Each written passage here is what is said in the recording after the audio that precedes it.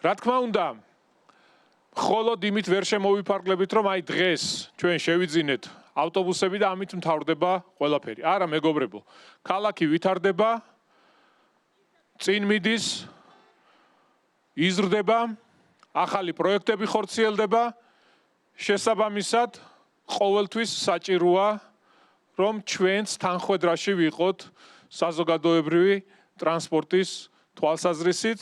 ადამიანი, რომელიც დილით მიდის სამსახურში და გვიან ბრუნდება დაღლილი სამსახურიდან, ყველანაირი პირობა უნდა შეუქმნათ ტრანსპორტის თვალსაზრისით, რომ მან კომფორტულად შეძლოს გადაადგილება დაბრკოლებების გარეშე.